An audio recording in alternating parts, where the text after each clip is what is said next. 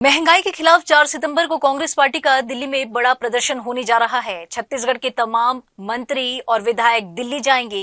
सांसद राहुल गांधी के नेतृत्व में केंद्र सरकार के खिलाफ रामलीला मैदान में कांग्रेस पार्टी हल्ला बोलने जा रही है। कांग्रेस पार्टी की राष्ट्रीय प्रवक्ता डॉक्टर रागिनी नायक से खास बातचीत की हमारे सहयोगी खोमन साहू ने।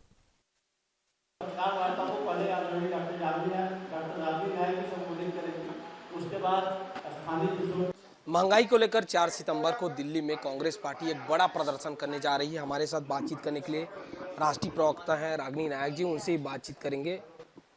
4 सितंबर को आप लोग एक बड़ा प्रदर्शन करने जा रहे हैं, किस तरीके का संदेश देने का प्रयास?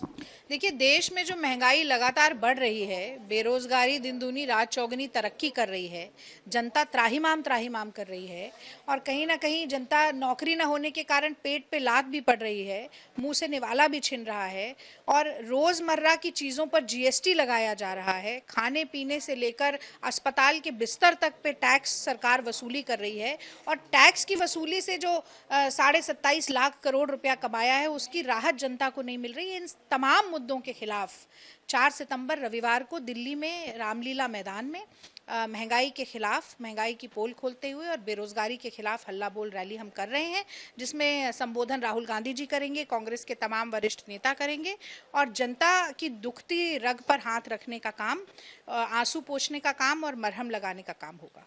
आप लोग लगातार प्रदर्शन कर रहे हैं, जन जागरण अभियान भी चला रहे हैं, लोग कितना जुड़ पा रहे हैं आप लोगों से?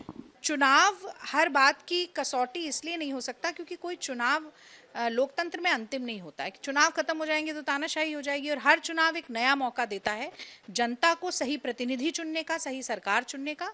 और इसीलिए चाहे विपक्ष हो चाहे सरकार हो, दोनों इस बात के लिए भी मोटिवेटेड रहते हैं कि हम अच्छा काम करें। पर जिस तरह से मोदी सरकार ने जनता के दुखों को बढ़ाने का काम किया है, मैंने अभी बताया, और ये तो मतलब मैं समझती हूँ कि प्रत्यक्ष को प्रमाण की क्या ज़रूरत है।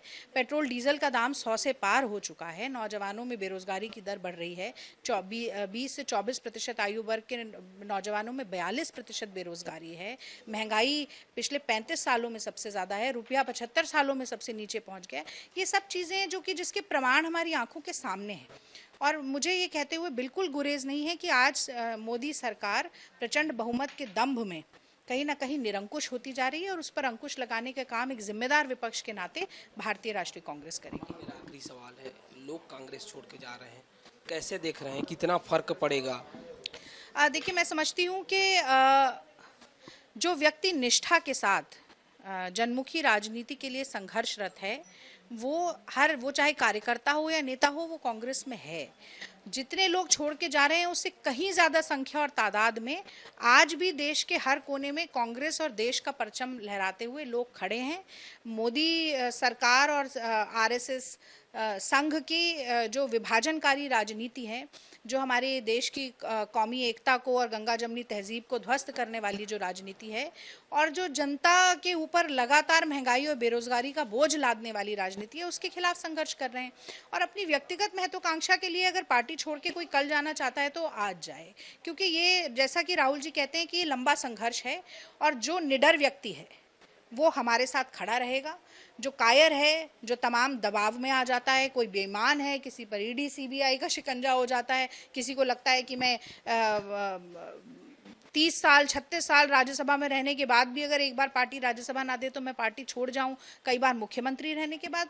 तो अब इस वक्त तो पार्टी के पास बहुत कुछ देने के लिए नहीं है और मैं कहती हूं कि ये इस वक्त पार्टी को वापस देने का समय है, अपनी पार्टी की सेवा करने का समय है, जनता की सेवा करने का समय है।